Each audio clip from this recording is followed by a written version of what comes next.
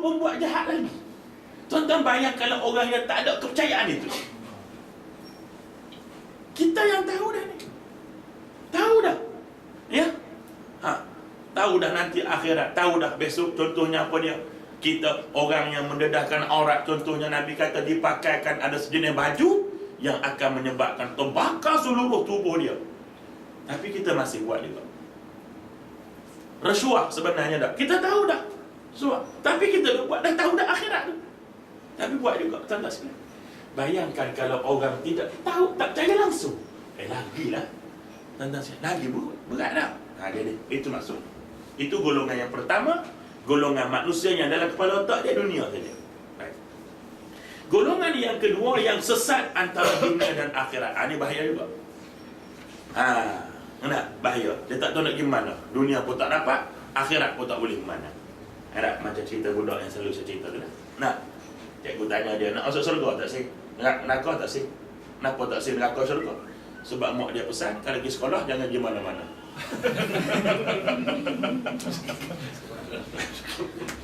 Baik tu sekalian. Mak dia pesan anak sekolah, dia sekolah kan pergi mana-mana. Lepas kelip dumuk selalu. Dia pun pergi dumuk. Balik cikgu tanya, kita buat neraka, hujung tanya siapa tak sih masuk neraka? Angkat tangan, budak belakang angkat tangan, dia seorang tak angkat. Kemudian ustaz Uhu cerita buat syurga, tanya pula siapa yang nak masuk syurga, angkat tangan. Si mamak ni pun tak angkat. Yalah, dia cikgu tanya, kenapa ni neraka pun tak angkat tangan, syurga pun tak angkat tangan? Dia kata, mak saya pesan, kalau pergi sekolah jangan pergi mana-mana. Pas sekolah klik lalu. Jadi syurga pun tak segi, neraka tu segi. Jadi ini golongan yang tersesat antara orang panggil apa? Antara dunia dan akhirat. Tengok siapa mereka.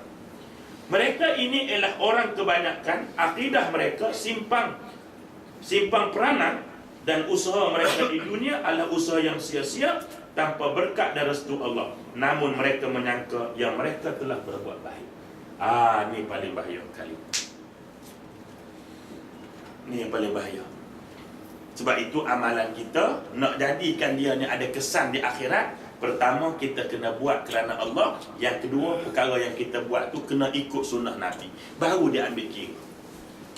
Sebab itu Allah bagi panduan. Tengok manusia nak buat baik ya. Manusia nak buat baik, kita tengok. Saya ingat satu cerita berita dunia.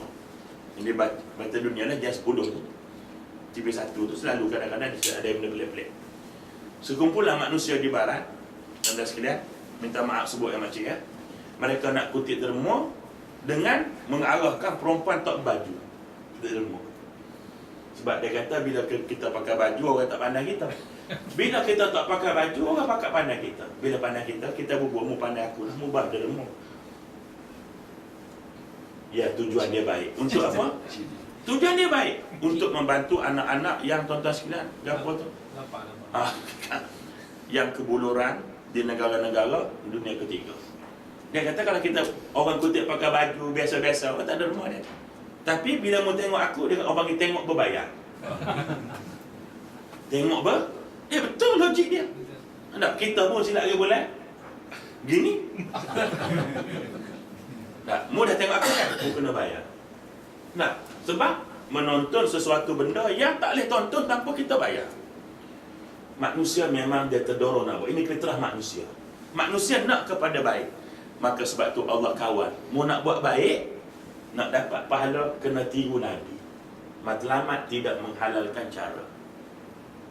Tujuan baik. Tapi kalau cara tak betul, maka Islam tolak juga. Macam dulu, zaman dulu, dia panggil loteri kebajikan masyarakat. Loteri itu tahu dah judi. Loteri itu kan nama mereka, nama loteri. Untuk apa? Kebajikan masyarakat. Tuan-tuan sekalian, untuk nak tolong orang susah. Maka kerana itu dalam Islam ni tuan-tuan sekalian, dia ada perkara yang kita buat, kita mungkin tak dapat pahala, tetapi kita dapat menghindarkan daripada neraka. Ini pun kita ada kan. Kita nak dengar betul tak boleh. Contoh kita berderma dengan duit yang haram, tak boleh. Duit haram kita derma tak boleh. Tapi kalau kita simpan berdosa, maka kita gunakan untuk orang awam. Mungkin kita tak dapat pahala daripada pemberian itu, tetapi niat kita nak mengelak dosa, itu sudah diberi pahala oleh Allah Ta'ala. Mungkin kita tak dapat pahala kerana sedekah dengan duit haram, tak dapat pahala. Tetapi kita keluarkan duit dosa tadi itu dengan sebab takut neraka, di situ pahalanya. Jangan ingat tak ada pahala. Ada pahala, tapi bukan kepada benda tu. Jadi ini yang disebut tadi, golongan yang tertipu di antara tuan-tuan sekalian, akhirat dunia dengan akhirat. Orang ini walaupun percaya pada Allah dan percaya kepada hari akhirat, namun akidah mereka tak lebih dari gambaran palsu yang terpisah dan terputus dari realiti kehidupan. Dia tahu dia kata ada Tuhan, dia percaya ke Tuhan, tapi realiti kehidupan dia tidak berteraskan macam tadi. Macam tadi lah, menyalah konsepkan takdir Allah. Ini bahaya. Menyalah konsepkan takdir Allah. Semua takdir Allah berlaku. Kita tak ada peranan apa-apa. Baik. Mereka ini pada hakikatnya termasuk golongan yang menganut fahaman kebendaan.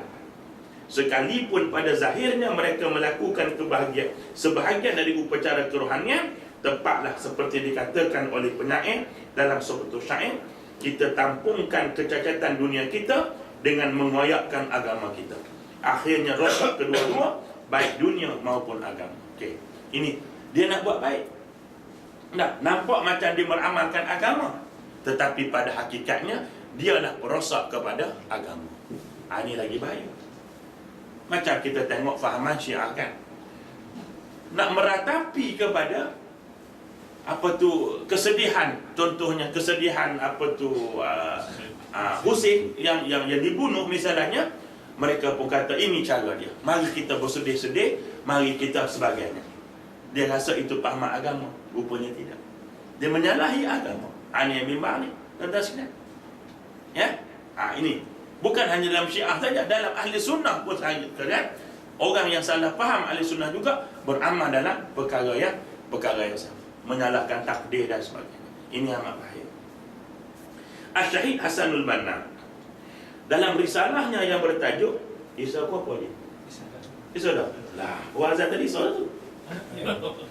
Dah kadang-kadang dia 10 minit. Tadi warning. Ada lagi. Dia super kemerung lah kan.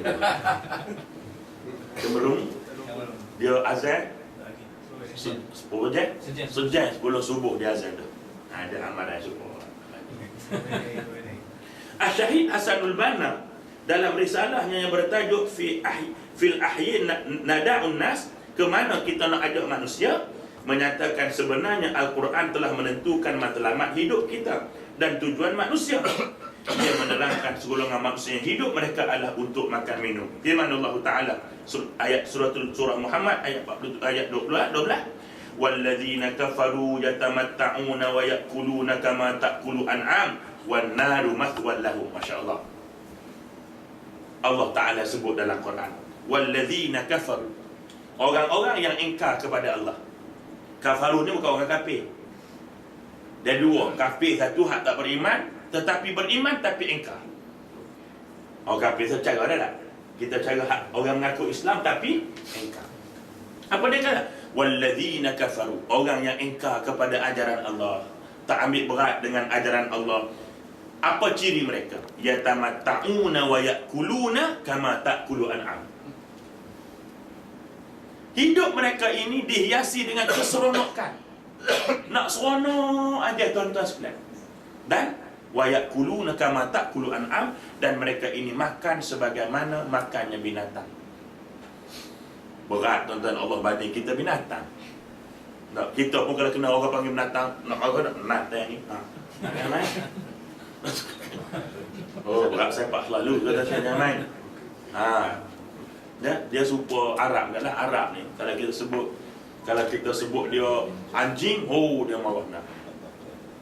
Ataupun panggil khimar, marah dia. Panggil binatang lain tak apa dia. Panggil beruak ke apa tak marah dia. Dia cukup sensitif dengan dua binatang, khimar dengan anjing. Khimar dengan anjing. Kalau kata hantar khimar, marah dia. Supaya kita sebut khimar ni keldai. Keldai, dongki.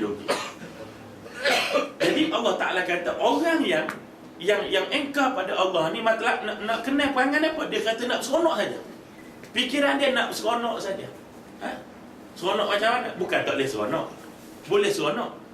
Memang manusia ni dia kena ada seronok. Sebab tu Nabi kadang-kadang dia bergurau. Sebab bergurau ini adalah melahirkan keseronokan. Nabi pun bergurau. Kalau kita tengok sejarah banyak, apa tu hadis-hadis cerita Nabi ni bergurau. Pernah Nabi tuan-tuan sekalian menyorok alik pintu tuan-tuan sekalian. Dia buat selalu. Kita tak boleh buat lagi tu. Mati bini kita pun kalau tinggi lah. Jantung. Jadi begitu keadaannya. Wan naru mathwal lahum, dan tempat mereka di akhirat esok adalah wan nar. Mereka itu adalah tempat mereka adalah di dalam api neraka. Dan kita kena ingat Nabi kata, sahabat tanya, api neraka ni macam mana Rasulullah? Nabi kata Allah Ta'ala semarakkan neraka ni dibakar selama 1000 tahun. Sehingga api dia berwarna merah. Merah. Habis 1000 tahun Allah semarakkan lagi sampai api tu jadi warna putih.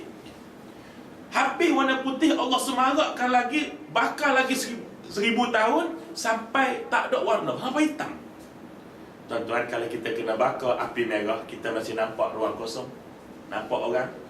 Kalau api warna putih, kita nampak orang. Bayangkan api itu warna hitam. Maknanya kita bakarlah keadaan, pandang sini tak nampak apa, pandang sini tak nampak apa. Itulah gambaran. Dah ngeri dah kan? Nabi sebut dalam hadis, sehebat mana pun manusia menggambarkan azab Allah, hakikatnya dia lauh lebih dahsyat pada apa yang manusia gambar. Contohnya tuan-tuan takutnya ya. Penakut takut ya. Sampai hitam apa nak kau? Takut dah kan? Sebenarnya dahsyat lagi pada tu. Nabi kata siapa-siapa, sehebat mana pun manusia itu menggambarkan balasan Allah, hakikatnya lebih teruk daripada itu. Betul. Jadi hidup mereka hanyalah nak makan, nak berseronok-seronok. Inilah matlamat dia. Jadi kita orang Islam tak begitu. Cari duit bukan untuk keseronokan. Cari duit untuk kita nak beramal. Dengan nak tambah amal dalam keadaan orang lain tak boleh beramal dengan benda tu. Orang miskin, dia nak buat baik, dia tak ada harta, dia tak boleh nak beramal dengan harta. Kita ada harta, maka kita lebih kita lah. Sebab tu orang miskin datang jumpa Nabi, ya Rasulullah, orang kaya puasa, kami puasa. Orang kaya semayang, kami semayang. Tapi bila orang kaya infak, orang kaya pergi Mekah, kami tak boleh nak pergi. Macam mana kami nak beramal? Nampak tak? Orang-orang miskin mikir gitu. Maknanya, bila kita cari harta, kenapa?